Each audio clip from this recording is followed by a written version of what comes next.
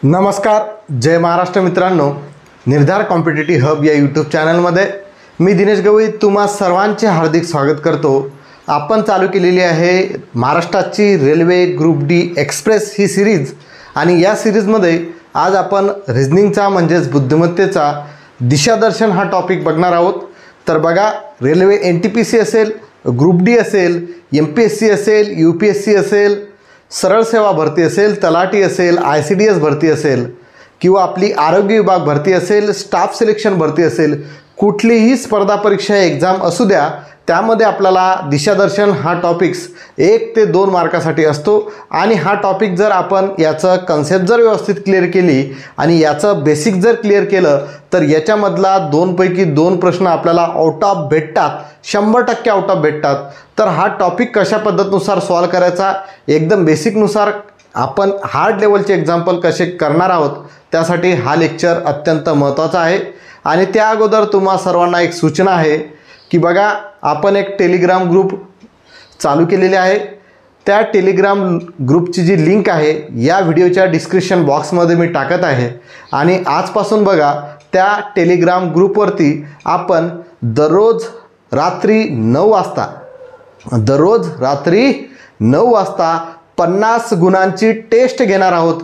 त्यामध्ये टायमिंगनुसार टेस्ट असणार आहे आणि तुम्हाला किती मार्क पडत आहेत हे तुम्हाला लगेच त्यामध्ये दिसेल. ठीक आहे. सध्या आपला जो ऑनलाईन टेस्ट सिरीज घेण्यासाठी सध्या आपला जो मटेरियल अवेलेबल नाही आहे, तर सध्या आपण टेलिग्राम चॅनलवरती आजपासून 1 दिवसाआड म्हणजे दररोज न म्हणता आज एक घेतली की उद्या नाही, परवा त्याच्यानंतर 13 नाही, त्याच्यानंतर अशा 1 दिवसाआड आपण 50 गुणांची टेस्ट घेणार आहोत. ठीक आहे. आता फेब्रुवारी महिन्याची आजची 9 तारीख आहे, म्हणजे हा 28वा महिना आहे. म्हणजे जवळपास आपला जो आता 19 दिवस आहेत, 19 दिवसामध्ये आपल्या 10 टेस्ट होतील. ठीक आहे. पुढे मार्चमध्ये आपण डेली घेण्याचा प्रयत्न करणार आहोत.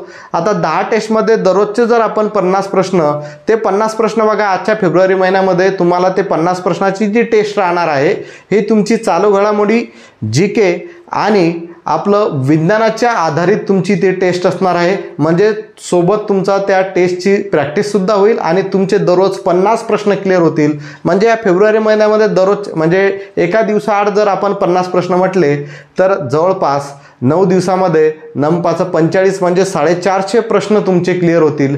ठीक आहे. त्यासाठी आपण ते टेस्ट सिरीज चालू करणार आहोत. ठीक आहे. टेलिग्राम चॅनलची लिंक या व्हिडिओच्या डिस्क्रिप्शन बॉक्समध्ये आहे. तिथं जाऊन तुम्ही टेलिग्राम चॅनल जॉईन करायचं आहे. त्याचबरोबर आपण मुलांच्या आग्रहास्तवर एक व्हॉट्सअप ग्रुपसुद्धा ओपन केलेला आहे. त्या व्हॉट्सअप ग्रुपची लिंकसुद्धा या व्हिडिओच्या डिस्क्रिप्शन बॉक्समध्ये आहे. तिथं जाऊन तुम्ही तो व्हॉट्सअप ग्रुप जॉईन करायचा आहे.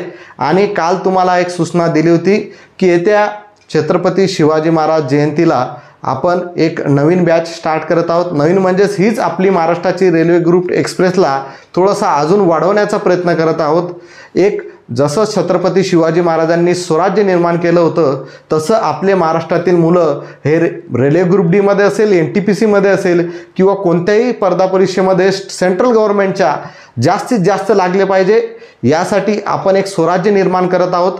स्वराज्य म्हणजेच आपलं एक अकॅडमीचं थोडंसं मॉडिफिकेशन करण्याचा प्रयत्न करत आहोत. कारण सध्या मी जे व्हिडिओ बनवत आहे ते घरामधून बनवत आहे, मोबाईलवरती बनवत आहे आणि व्हाईट बोर्डवरती बनवत आहे. याच्यासाठी आपल्याला जो फास्ट इंटरनेट पाहिजे ते सुद्धा अवेलेबल नाही आहे. त्यासाठी मी तुम्हाला काल एक रिक्वेस्ट केली होती, तुम्हाला ज्यांना कोणाला सहज होईल किंवा तुमच्या सोयीच्छेने आपल्याला डिजिटल बोर्ड असेल किंवा एक सेपरेट रूम घ्यायची असेल, त्यामध्ये आपल्याला एक सेटअप बनवायचा आहे. कारण मी मुंबईला राहतो, इथं रेंट वगैरे आणि डिपॉझिट वगैरे जास्त असते.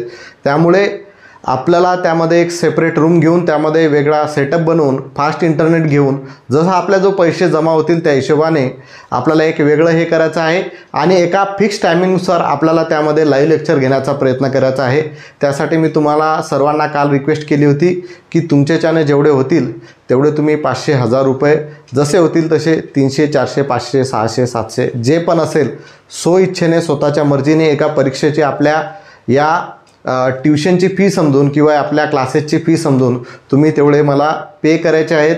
जेणेकरून आपल्याला त्याचं मॉडिफिकेशन म्हणजेच हा जो शिफ्ट आहे हा घरामधून आपल्याला तिकडे नेता येईल आणि जो आवाज असेल किंवा कधी पण मला त्यामध्ये लेक्चर घेता येईल, सकाळी किंवा संध्याकाळी, आणि त्याचा एक फिक्स टायमिंग करून आपण आता आपण एकच व्हिडिओ टाकत आहे, तेव्हा आपण 2 ते 3 व्हिडिओ टाकण्याचा दररोज आपण 2 ते 3 व्हिडिओ टाकण्याचा प्रयत्न करणार आहे. त्यासाठी तर बघा, फोनपे नंबर माझा आणि गुगल पे नंबर या व्हिडिओच्या डिस्क्रिप्शन बॉक्समध्ये मी टाकत आहे. ठीक आहे. जर तुम्हाला शक्य होत असेल, तुमच्या इच्छेनुसार, तुमच्या मर्जीनुसार, कोणाला जबरदस्ती नाही आहे, आपल्या क्लासेसची एक फी म्हणून, आणि छत्रपती शिवाजी महाराजांच्या जयंतीला आता 10च दिवस बाकी आहेत, म्हणजे जवळपास 9 दिवस बाकी आहेत. तर 9 दिवसामध्ये थोडासा अरेंजमेंट झाला पाहिजे, त्यासाठी पैशाची गरज आहे. तर एक क्लासेसची फी म्हणून तुम्हाला जेवढं शक्य होईल तेवढे फोनपे, पेटीएम किंवा गुगल पेवरती मला सेंड करायचे आहेत. ठीक आहे. तर बघा, ह्या काही सूचना तुम्हाला होत्या. आजचा लेक्चर आहे आपलं दिशादर्शनचं. आता दिशादर्शन हा अत्यंत सोपा टॉपिक आहे, तो कशा पद्धतीनुसार सॉल्व करायचा ते आपण बघणार आहोत. तर बघा, लक्षात घ्या, दिशादर्शन आपल्याला माहीत आहे, लहानपणापासून आपण शिकत आलो की मुख्य दिशा 4 आहेत, उत्तर, दक्षिण आणि पूर्व, पश्चिम. बरोबर आहे. उत्तर, दक्षिण, पूर्व, पश्चिम. बरोबर. आता लक्षात घ्या, जेव्हा आपण जिथं पण बसलेले असू तिथं लक्षात घ्यायचं की डोक्यावरची दिशा असेल, जी डोक्यावरची म्हणजे सरळ जाणारी दिशा, ती उत्तर असेल. काय असेल? उत्तर. खालची जी दिशा असेल डोक्याखालची म्हणजे खाली जाणारी, ती दक्षिण असेल, कारण उत्तरच्या अपोजिटला काय असते? दक्षिण असते. उजव्या हाताकडची दिशा जी असेल ती पूर्व असेल, उजव्या हाताकडची दिशा पूर्व असेल, आणि डाव्या हाताकडची दिशा जी असेल ती असेल पश्चिम. जिथं पण आपण एक्झाम सेंटरमध्ये कुठं पण बसलेला राहा, वरची दिशा उत्तर, खालची दिशा दक्षिण, उजव्या हाताकडची दिशा पूर्व, डाव्या हाताकडची दिशा पश्चिम. ठीक आहे. हे झालं आपल्या मुख्य दिशा. तर बघा, मी इथे एक डायग्राम काढलेली आहे. ठीक आहे. अशी एक डायग्राम काढलेली आहे. यामध्ये वरची दिशा जी आहे बघा, वरची दिशा असं जर उभं राहिलं तर वरची दिशा काय? उत्तर आहे. खालची दिशा काय? दक्षिण. उजव्या हाताकडची दिशा काय? पूर्व. आणि डाव्या हाताकडची दिशा काय? पश्चिम. ठीक आहे. आता उपदिशा सुद्धा असतात, वायव्य, ईशान्य, आग्नेय आणि नैऋत्य. आता ते लक्षात ठेवण्यासाठी एक ट्रिक्स आपल्याजवळ आहे, वानर इकडून आला नाही. वानर इकडून आला नाही. तर बघा, इथून पासून सुरुवात करायची. वानर म्हणजेच वायव्य. वायव्य इथून हे करा, इथं वायव्य लिहा. घड्याळाचा काटा जशा पद्धतीनुसार फिरतो, घड्याळाचा काटा कसा फिरतो रे? असा फिरतो. बरोबर. असा फिरतो, क्लॉकवाईज डायरेक्शन. तर तिथून पासून सुरुवात केली की पहिली वायव्य आली, त्याच्यानंतर दुसरी आहे इकडून. इकडून म्हणजेच ई म्हणजेच काय? ईशान्य दुसरी उपदिशा आली. त्याच्यानंतर परत घड्याळाच्या काट्याच्या दिशेने फिरलो तर पुढे काय? आ म्हणजेच काय? मग आला मधलं आ म्हणजेच काय? आग्नेय. आणि शेवटी आहे नाही. नाही मधलंच काय? शेवटी नैऋत्य. म्हणजे इथून पासून सुरुवात केली उत्तर आणि पश्चिमच्या मध्ये, तर वायव्य पहिली, त्याच्यानंतर वानर इकडून म्हणजेच ईशान्य दुसरी, आ म्हणजेच आला नाही, आला म्हणजेच आग्नेय, नाही म्हणजेच काय? नैऋत्य. या उपदिशा तुम्हाला लक्षात ठेवायच्या आहेत. ही डायग्राम डायरेक्ट डोक्यामध्ये फिक्स करून टाका. 2-3 वेळेस, 3-4 वेळेस प्रॅक्टिस करा. आता सर्वात महत्त्वाचं एक असते की रमेश दक्षिणेला 5 किलोमीटर अंतर चालत गेला. ठीक आहे. रमेश दक्षिणेला 5 किलोमीटर अंतर चालत गेला. तेथून डाव्या हाताला वळून 3 किलोमीटर अंतर चालत गेला. ठीक आहे. तिथून डाव्या हाताला वळून 3 किलोमीटर अंतर चालत गेला, असं तुम्हाला प्रश्न असते. मग उजवा हात, डावा हात कुठं असतो हे लक्षात ठेवणं गरजेचं आहे. तर लक्षात घ्या, सर्वात महत्त्वाचं म्हणजे जेव्हा तुम्ही उत्तरेला असता, कधी पण तुम्ही असे बसलेले असाल ना, तर तुम्ही उत्तरेकडे पाहताय, म्हणजेच तुमचं जे डोकं आहे हे उत्तरेकडे आहे असं लक्षात घ्या. आणि तुमच्या उजव्या हाताकडे, उत्तरेला तुमचा उजवा हात आहे. बघा, असं उभं राहिलं तर उजवा हात इकडे आहे आपला. बरोबर आहे. म्हणजे उत्तरेला उजवा हात तुमचा इकडे आहे आणि डावा हात इकडे आहे. इथून पासून सुरुवात करायची. ठीक आहे. उजवा हात इकडे, डावा हात इकडे. ठीक आहे. उत्तरेपासून. ठीक आहे. तर इथून पासून घड्याळाच्या काट्याच्या दिशेने फिरलं तर ईशान्येला इकडे उजवा हात येईल आहे ना, आणि इकडे डावा हात येईल. पुढे घड्याळाच्या काट्याच्या दिशेने फिरलो तर उजवा हात खाली आला, डावा हात वरती आला सिक्वेन्सनुसार. परत इथं आग्नेयला आलो तर उजवा हात इकडे, डावा हात इकडे. परत दक्षिणेला आलो, उजवा हात इकडे आला. आता फिरत आहे आपण घड्याळाच्या काट्याच्या दिशेने. उजवा हात इकडे आला, डावा हात इकडे आला. इकडे परत हा उजवा हात इकडे येईल, हा डावा हात इकडे येईल. ठीक आहे. इकडे परत उजवा हात वरती जाईल, डावा हात खाली. इकडे परत उजवा हात इकडे, डावा हात इकडे. ही डायग्राम एकदम डोक्यामध्ये फिक्स करून टाकायची आहे. लक्षात घ्या, उत्तरेला बघा उजवा हात इकडे आहे तर इकडे डावा हात आहे. चेंज झालं. डावा हात इकडे आहे उत्तरेला तर दक्षिणेला इकडे उजवा हात आहे. इकडे पश्चिमेला बघा डावा हात वरती आहे तर इकडे उजवा हात वरती आहे. पूर्वेला बघा उजवा हात खाली आहे तर इकडे डावा हात खाली आहे. म्हणजे चेंज होतात जशा जशा अपोजिट दिशा, विरुद्ध दिशा ज्या आहेत त्यामध्ये हात सुद्धा चेंज होतात. उत्तरेला उजवा हात इकडे होता तर उजवा हात इकडे राहील. डावा हात इकडे होता उत्तरेला तर डावा हात इकडे राहील. क्रॉस होईल. बरोबर आहे. विरुद्ध दिशेला काय होते? क्रॉस होते. ही डायग्राम एकदम फिक्स करून टाकायची आहे. सेपरेट पेजवरती एकदम मस्तपणे स्केल वगैरे करून, मस्त पेन्सिलचा वापर करून, सध्या आपल्याजवळ वेळ आहे, पद्धतशीर डायग्राम काढायची आहे. ठीक आहे. आता आपल्याला यामधलं आणखी एक महत्त्वाचा टॉपिक्स आहे पायथागोरसाचे प्रमेय. तर पायथागोरसाचे प्रमेय आपण 9वीमध्ये शिकलो, 10वीमध्ये शिकलो आणि तुम्हाला माहीत असेल, तुमचे जर शिक्षक तुम्हाला म्हणत असतील 9वीमध्ये 10वीमध्ये भूमिती शिकताना की पायथागोरसाचं प्रमेय हे भूमितीमधलं भूत आहे. भूत आहे म्हणजे ते काय? कोणत्याही उदाहरणामध्ये कधी पण त्याचा वापर होतो, म्हणून पायथागोरसाच्या प्रमेयाला भूमितीचं भूत म्हणतात. आता या भूत म्हणण्याला पायथागोरसाचं प्रमेय काय आहे आपण विसरले असाल तर आपण लक्षात घेऊ आणि काय आहे ते बघणार आहोत. ठीक आहे. तर बघा, पायथागोरसाचे प्रमेय काय आहे की काटकोन त्रिकोणात कर्णाचा वर्ग हा उरलेल्या दोन बाजूंच्या वर्गाच्या बेरजे इतका असतो. हे काटकोन त्रिकोणाचं म्हणजेच पायथागोरसाचं आपलं प्रमेय आहे. मग आता पायथागोरसाचे प्रमेय आपल्याला म्हटलं की काटकोन त्रिकोणात, मग काटकोन त्रिकोण कशाला म्हणतात की त्रिकोणाला 3 कोन असतात. तर 3 कोनांपैकी एक कोन जर 90 अंशाचा असेल, एक कोन 90 अंशाचा म्हणजेच काटकोन असेल, कारण 90 अंशाचा कोन काय असतो? काटकोन असतो. एक कोन जर 90 अंशाचा असेल तर तो त्रिकोण जो असतो काटकोन त्रिकोण असतो. बघा, इथं मी एक त्रिकोण काढलेला आहे. याच्यामध्ये हा कोन जो आहे हा एक कोपरा तयार करत आहे आणि म्हणजेच हा कोन जो आहे हा किती अंशाचा आहे? 90 अंशाचा आहे. म्हणजेच हा कोणता आहे? काटकोन त्रिकोण आहे. आणि हा 90 अंशाचा कोन आहे म्हणजेच हा काटकोन आहे, म्हणून हा त्रिकोण जो आहे हा काटकोन त्रिकोण आहे. ठीक आहे. आता काय म्हटलं? काटकोन त्रिकोणात कर्णाचा वर्ग. तर कर्ण कशाला म्हणतात? लक्षात घ्या, या 90 अंश कोणासमोरची बाजू म्हणजे काय असते? कर्ण असते. या 90 अंश कोणासमोरची बाजू म्हणजे असते कर्ण. आणि त्रिकोणाची सर्वात मोठी बाजू, त्रिकोणाची सर्वात मोठी बाजू म्हणजे असते कर्ण. त्रिकोणाची सर्वात मोठी बाजू म्हणजे असते कर्ण. समजा काटकोन त्रिकोणाच्या 3 बाजू तुम्हाला दिलेली आहे. एक बाजू आहे 3 सेंटीमीटर, दुसरी बाजू आहे 4 सेंटीमीटर, तिसरी बाजू आहे 5 सेंटीमीटर. मग काटकोन त्रिकोणाची सर्वात मोठी बाजू म्हणजे असते कर्ण. म्हणजे याच्यामधला कर्ण कुठला आहे रे? 5 आहे, कारण त्याची लांबी काय आहे? या दोघांपेक्षा जास्त आहे. ठीक आहे. समजा तुम्हाला म्हटलं एक आहे 8, 15 आणि 17 या काटकोन त्रिकोणाच्या 3 बाजू आहेत, तर त्यामधला कर्ण कोणता? तर कर्ण म्हणजे असते त्रिकोणाची सर्वात मोठी बाजू.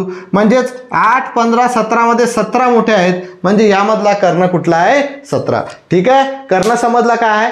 ठीक आहे. आता लक्षात घ्या, ज्यावरती हा जो त्रिकोण उभा असतो त्याला म्हणतात पाया आणि हाईट आपल्याला माहित आहे ती असते उंची. मग काटकोन त्रिकोणात कर्णाचा वर्ग म्हणून कर्णाचा वर्ग केला. हा उरलेल्या 2 बाजूंच्या, मग उरल्या कोणत्या 2 बाजू? एक उरली उंची आणि दुसरी उरली पाया. उरलेल्या 2 बाजूंच्या वर्गाच्या बेरजे इतका असतो. म्हणजे पायाचा वर्ग केला अधिक उंचीचा वर्ग केला तर आपल्याला काय भेटेल? कर्ण वर्ग.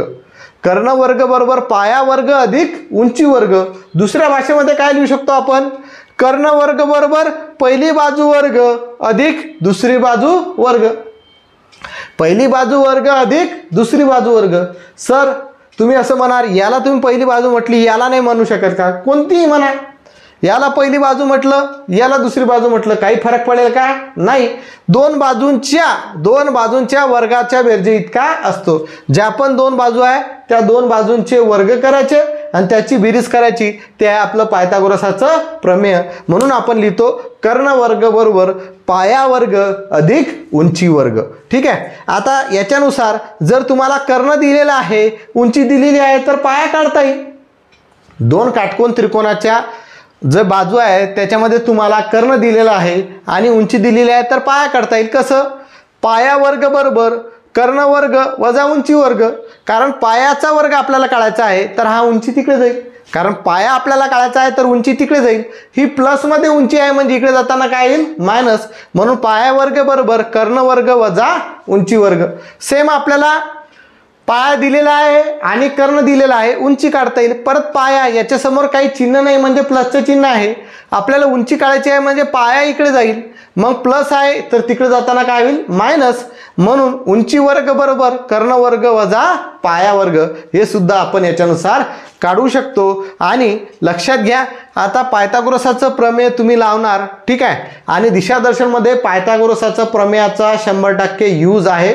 प्रत्येक ठिकाणी जनरली जे पण एक्झाम्पल विचारलेले आहेत तुम्हाला पायथागोरसाच्या प्रमेयाचा यूज होत आहे. तिथं तुम्हाला कधी कर्ण काढावं लागेल, कधी तुम्हाला पाया काढावा लागेल, कधी तुम्हाला उंची काढावं लागेल. तर पायथागोरसाचं प्रमेय हे जर तुम्हाला समजलं असेल तर नक्कीच तुम्ही थंब द्या, म्हणजेच लाईक करा या व्हिडिओला आणि व्हिडिओला जास्तीत जास्त शेअर करा, ठीक आहे. आता बघा, यामध्ये पायथागोरसाचे प्रमेय आहे म्हणजेच यामध्ये काटकोन त्रिकोणाच्या 3 बाजू असतात. कारण पायथागोरसाचं प्रमेय हे काटकोन त्रिकोणात असते आणि त्रिकोणाला 3 बाजू असतात. त्यामधली एक बाजू झाली कर्ण, पहिली बाजू झाली समजा समोर पाया, दुसरी बाजू झाली समजा उंची. किंवा तुम्ही असं म्हटलं एक बाजू आपली कर्ण आहे कारण ती त्रिकोणाची सर्वात मोठी बाजू आहे, दुसरी बाजू आपली पाया आहे, तिसरी बाजू आपली उंची आहे. तर यामध्ये तुम्हाला जनरली 2 बाजू दिलेल्या राहतील. कर्ण उंची दिलेलं राहील किंवा पाया उंची दिलेलं राहील, उंची कर्ण दिलेलं राहील. एक बाजू कोणती तरी काढावं लागेल. तर यामध्ये त्रिकोणाच्या 3 बाजू काही स्टँडर्ड बाजू आहेत काटकोन त्रिकोणाच्या 3 बाजूच्या, तर त्याला आपण म्हणतो पायथागोरसाचे त्रिकुट. हे तुम्ही पाठ करायचे आहेत की जेणेकरून तुम्हाला हे जे आहे हे सॉल्व करण्याची गरज राहणार नाही. तर बघा, अशाच टाईपचं एक एक्झाम्पल मी तुम्हाला सांगतो, ते आपण सॉल्व करायचं आहे. बघा, आपण सॉल्व करून बघू, ठीक आहे. याला थोडंसं रफ करू. बघा, एक प्रश्न आपण बोर्डवर लिहिलेला आहे की एका काटकोन त्रिकोणाच्या बाजू अनुक्रमे 8 मीटर व 15 मीटर आहेत, तर त्याचा कर्ण किती? काय म्हटलं? एक काटकोन त्रिकोण आहे. बघा, काटकोन त्रिकोण आपण आताच बघितला, ठीक आहे. तर एका काटकोन त्रिकोणाच्या बाजू अनुक्रमे 8 मीटर आहे. समजा ही 8 मीटर आहे आणि दुसरी आहे 15 मीटर. तर त्याचा त्यांनी कर्ण काढायला सांगितला. हा आपल्याला कर्ण काढायचा आहे, ठीक आहे. तर यासाठी काय करू आता? पायथागोरसाच्या प्रमेयानुसार काढावं लागेल. पायथागोरसाच्या प्रमेयानुसार आपल्याला माहित आहे, पायथागोरसाच्या प्रमेयानुसार आपल्याला माहित आहे की कर्ण वर्ग बरोबर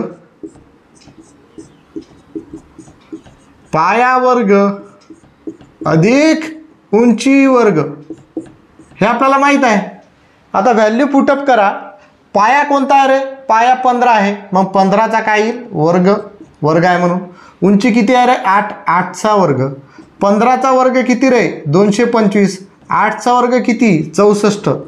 225 अधिक 64 किती आले? 289 आले. हा काय झाला? आपला कर्ण वर्ग झाला. मला कर्ण पाहिजे म्हणून कर्ण बरोबर काय होईल? वर्गमुळात 289. कारण या 289चं वर्गमूळ घेतलं तर आपल्याला कर्ण भेटेल. आणि आपल्याला माहित आहे 289 कशाचा वर्ग आहे रे? 17चा. म्हणजेच याचं उत्तर किती आलं? 17 मीटर. म्हणजेच त्याचा कर्ण किती आला? 17 मीटर. ठीक आहे.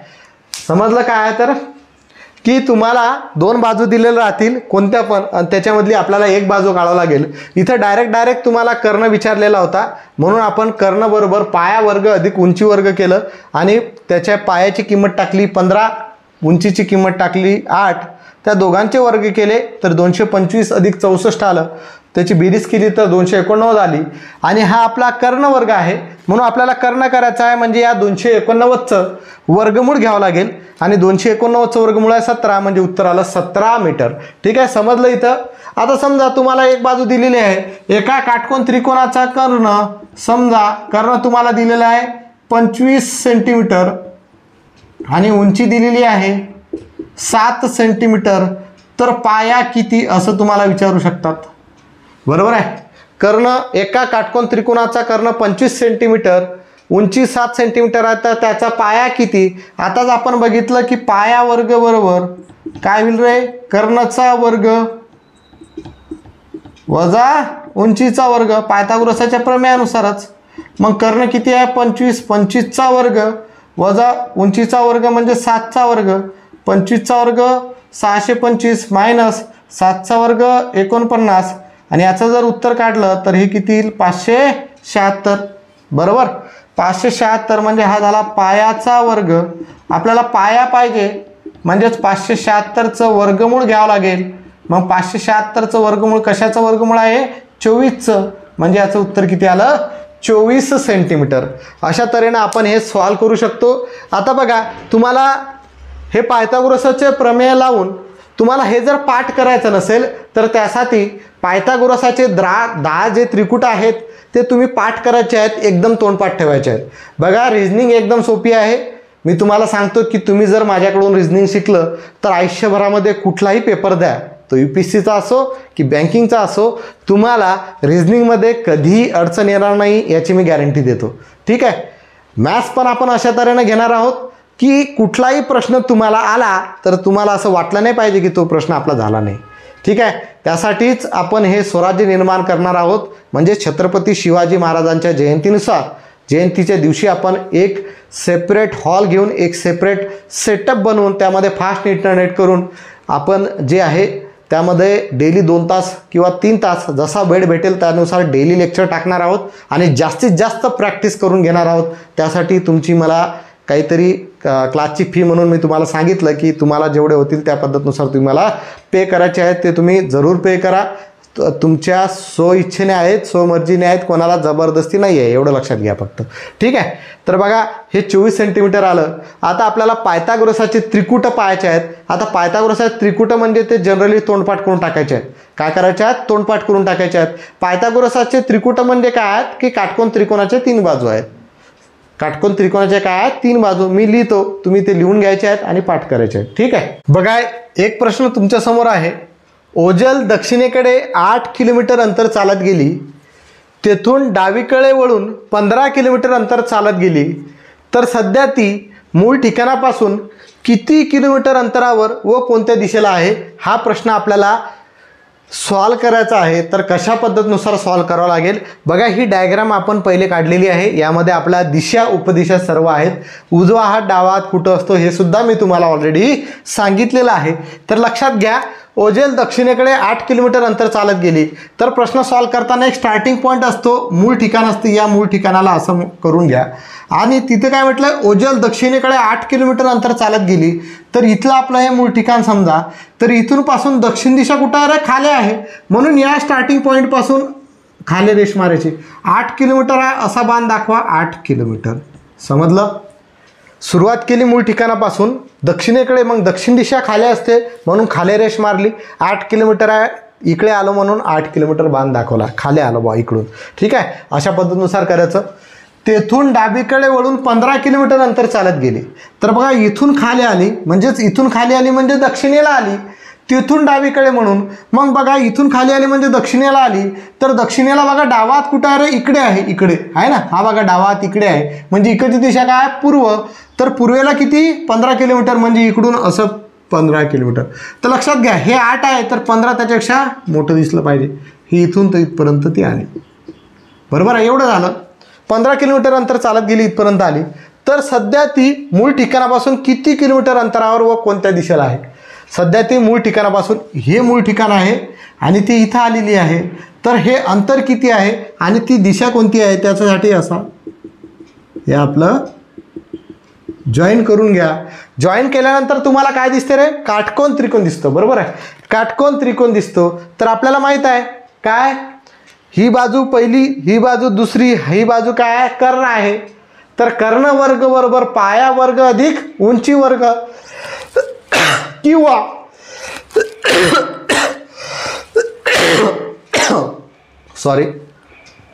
किंवा मी तुम्हाला पायथागोरसचे त्रिकुट दिले, त्यामध्ये तुम्हाला दिसेल एक बाजू जर 8 असेल, दुसरी बाजू 15 असेल, तर तिसरी बाजू काय राहील? 17. म्हणजे हा कर्ण किती राहील? 17 किलोमीटर. तर त्यांनी म्हटलं होतं तर ती सध्या मूळ ठिकाणापासून किती किलोमीटर अंतरावर, म्हणजे इथून तर इथूनपर्यंतचं अंतर पायथागोरसाच्या त्रिकोणानुसार किती आलं रे, 17 किलोमीटर. व कोणत्या दिशेला आहे म्हटलं, कोणत्या दिशेला, मूळ ठिकाणापासून किती किलोमीटर अंतरावर व कोणत्या दिशेला आहे. बघा हे मूळ ठिकाण आहे, इथं आपण असं प्लसचं साईन द्या, प्लसचं साईन जर दिलं तर इकडची दिशा दिसते, बरोबर आहे. तर बघा ही मूळ ठिकाण आहे, तर इकडची दिशा खालची आहे ना, लक्षात घ्या. ही असं प्लसचं साईन दिलं तर इकडची दिशा, म्हणजे इथं जर आपण असं प्लसचं साईन दिलं तर इकडची दिशा कुठली दिसते रे, ही आग्नेय. म्हणजे आपण लिहू शकतो तर ती ओझेल जी आहे ही 17 किलोमीटर काय आहे, आग्नेयला आहे.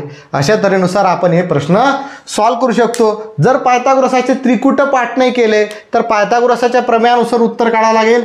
पहिली बाजू आहे 8 म्हणजे 8चा वर्ग, दुसरी बाजू आहे 15 म्हणजे 15चा वर्ग, आणि आपल्याला माहित आहे कर्ण वर्ग बरोबर पाया वर्ग अधिक उंची वर्ग, किंवा पहिली बाजू वर्ग अधिक दुसरी बाजू वर्ग. मग 8चा वर्ग 64 अधिक 15चा वर्ग 225, बेरीज जर केली तर 289 आली.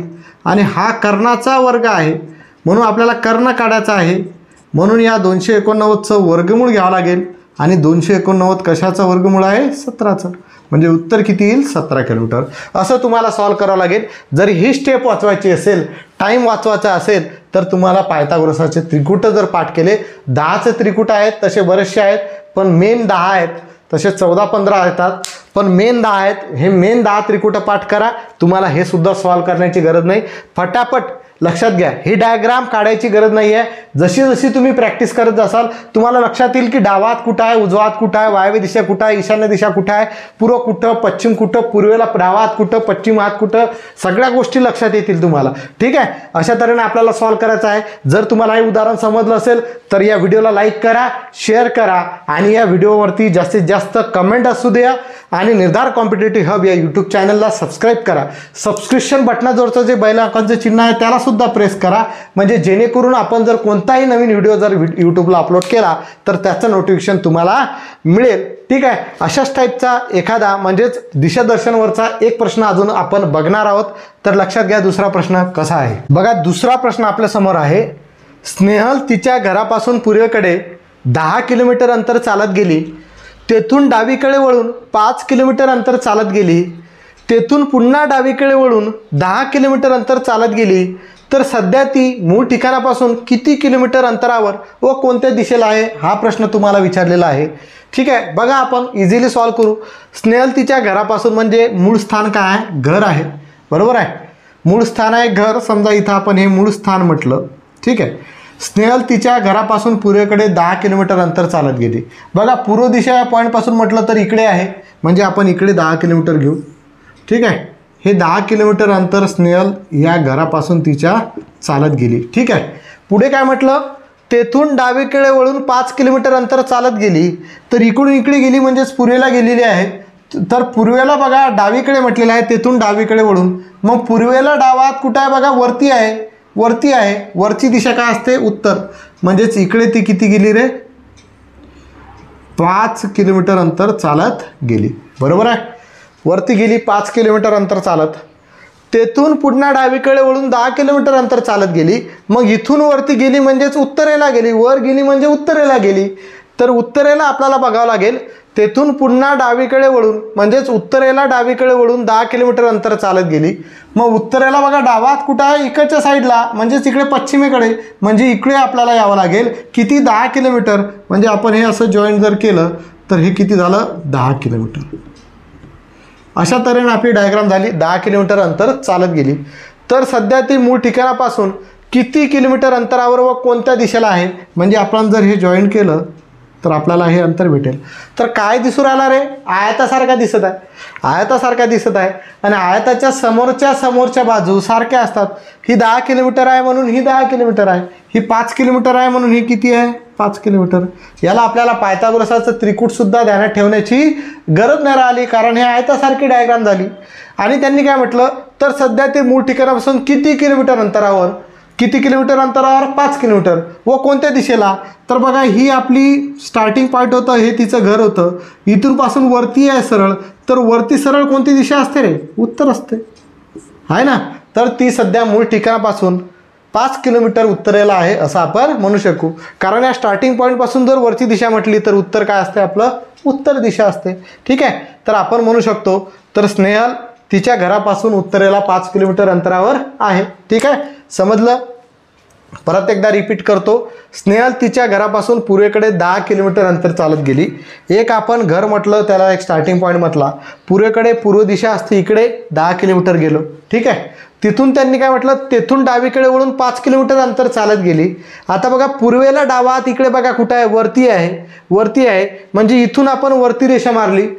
त्यांनी उजवा हात म्हटलं असता तर आपण खाली आलो असतो. मग डावा हात म्हटलेला आहे म्हणून वरती गेलो 5 किलोमीटर. ठीक आहे, 5 किलोमीटर अंतर. नंतर तिथून पुन्हा डावीकडे वळून 10 किलोमीटर अंतर चालत गेली. आता वरती आलो म्हणजे वर गेलो म्हणजे उत्तर दिशा आहे. मग उत्तरेला डावा हात बघायचा तर उत्तरेला डावा हात इकडच्या साईडला आहे म्हणून इकडे 10 किलोमीटर अंतर चालत गेलो. तर सध्या ती मूळ ठिकाणापासून किती किलोमीटर अंतरावर आहे, तर आपण हे जॉईन केल्यानंतर आपल्याला भेटलं की हा आयतासारखा डायग्राम आहे आणि आयतासारखी आहे म्हणून आयताच्या समोरासमोरच्या बाजू असतात, सारख्या असतात. ही 10 आहे तर ही 10, ही 5 आहे तर ही 5, म्हणजे अंतर भेटलं आपल्याला 5 किलोमीटर. हे घर होतं, घरापासून वरी आहे ते सरळ वरती, म्हणजे ते दिशा कोणती आहे, उत्तर दिशा आहे. ठीक आहे, लक्षात घ्या. डायग्राम काढताना चुका काय होतात ते लक्षात घ्या. बघा समजा आपण म्हटलं की सेम उदाहरण आपण घेतलं की स्नेहल पूर्वेकडे 10 किलोमीटर अंतर चालत गेली, आपण असं लिहिलं. ठीक आहे, तेथून पूर्वेकडे किंवा त्यांनी म्हटलं तेथून उजव्या हाताला 5 किलोमीटर अंतर चालत गेली. तर बघा हे 10 किलोमीटर एवढं दाखवलं ना तर 5 किलोमीटर एवढं दाखवतात. बघा हे 10 किलोमीटर आहे तर 5 किलोमीटर लहान दिसलं पाहिजे आहे ना त्याच्यापेक्षा. आता ते काही स्केलनं मोजायचं नाही आहे आपल्याला. समुद्राला काय सांगायचं आहे, 10 किलोमीटर एवढं आहे तर 5 किलोमीटर त्याच्यापेक्षा कमी दिसलं पाहिजे. नाही तर मग 5 किलोमीटरची रेस 10 किलोमीटरपेक्षा वर होते, म्हणून ती डायग्राम जी आहे ती आपली चुकते.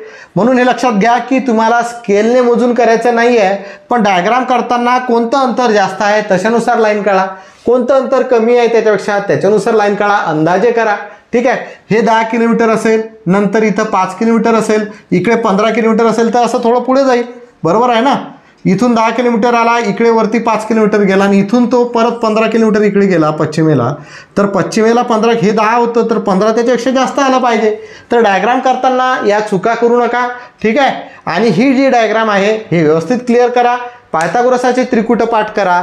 आता पुढे बघा, पुढचं जे लेक्चर असणार आहे यामध्ये आपण दिशादर्शनचे NTPCला असतील आणि रेल्वे ग्रुप डीला आलेले सर्व प्रकारचे प्रश्न आपण पार्ट 2 मध्ये दिशादर्शनच्या घेणार आहोत. तर पार्ट 2 सुद्धा पाहायला विसरायचा नाही आहे. थोडेसे मोठे उदाहरण आहेत, पण लक्षात घ्या जेवढं मोठं उदाहरण तेवढं सोपं, जेवढं मोठं उदाहरण तेवढं सोपं, जेवढं लहान उदाहरण तेवढं कठीण नाही म्हणतायत, पण जेवढं मोठं उदाहरण असते तेवढं ते सोपं असते. आपली एक लहानपणापासून सवय लागली, अरे बापरे एवढं मोठं उदाहरण, अरे एवढं मोठं उदाहरण आहे तर तिच्यात काही कठीण आहे का. कारण आपल्याला माहिती आहे आपण 1ली 2री 3रीपासून आपल्याला रायटिंगमध्ये येते, आपण एका वाक्यातली उत्तर एकदम बरोबर लिहितो. आणि तेच जर म्हटलं की सविस्तर उत्तर लिहा, संदर्भासहित स्पष्टीकरण लिहा, तर आपण ते अर्धवट सोडून देतो, कारण आपल्याला ती सवय लागलेली आहे.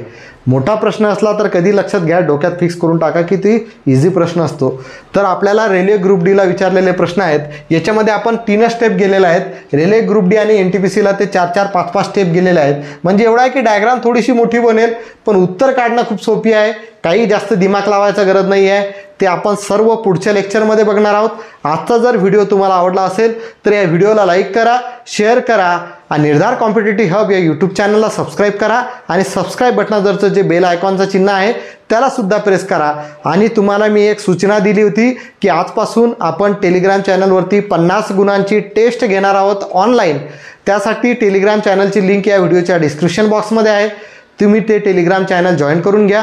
मुलांच्या आग्रहास्तवर आपण व्हॉट्सअप ग्रुपसुद्धा ओपन केलेला आहे. त्या व्हॉट्सअप ग्रुपची सुद्धा लिंक या व्हिडिओच्या डिस्क्रिप्शन बॉक्समध्ये आहे, ते सुद्धा तुम्ही जॉईन करून घ्या. आणि 3री महत्त्वाची स्टेप म्हणजे आपल्याला काही मटेरियल घेण्यासाठी किंवा काही वस्तूची आपल्याला गरज आहे, आपल्याला स्पेशल रूम घ्यायची आहे, त्यामध्ये आपला एक वेगळा सेटअप करायचा आहे, त्यासाठी आपल्याला काही पैशांची गरज आहे. ज्यांना कोणाला स्वइच्छेने स्वमर्जीने ज्यांची इच्छा असेल त्यांनीच पे करायचे आहेत. त्यांच्यासाठी या व्हिडिओच्या डिस्क्रिप्शन बॉक्समध्ये दोन्ही नंबर माझेच आहेत, फोनपे आणि पेटीएम नंबर आणि गुगल पेचा नंबर या व्हिडिओच्या डिस्क्रिप्शन बॉक्समध्ये टाकत आहे. ज्यांना कोणाला जमत असेल किंवा स्वतःच्या इच्छेनुसार त्यांनी तिथं 500, 600, 1000 रुपये, 200, 300 जसे तुम्हाला जमतील तशा तऱ्हेनं पे करायचे आहेत. म्हणजे येत्या 19 फेब्रुवारीपासून म्हणजे छत्रपती शिवाजी महाराजांच्या जयंतीपासून आपल्याला त्या रूममध्ये सेटअप करता येईल. आणि जसे पैसे आले, जेवढे लवकर पैसे जमले तशा आपल्याला रूम बघावं लागेल, कारण इथं मुंबईमध्ये रेंट जास्त आहे, डिपॉझिट जास्त आहे, तर थोडंसं रूम भेटायला पण अडचणी येतात. त्यामुळे थोडंसं लवकर जर झालं तर बरं होईल. ठीक आहे, तर आजच्या या व्हिडिओमध्ये इथंच थांबूया. धन्यवाद. जय महाराष्ट्र.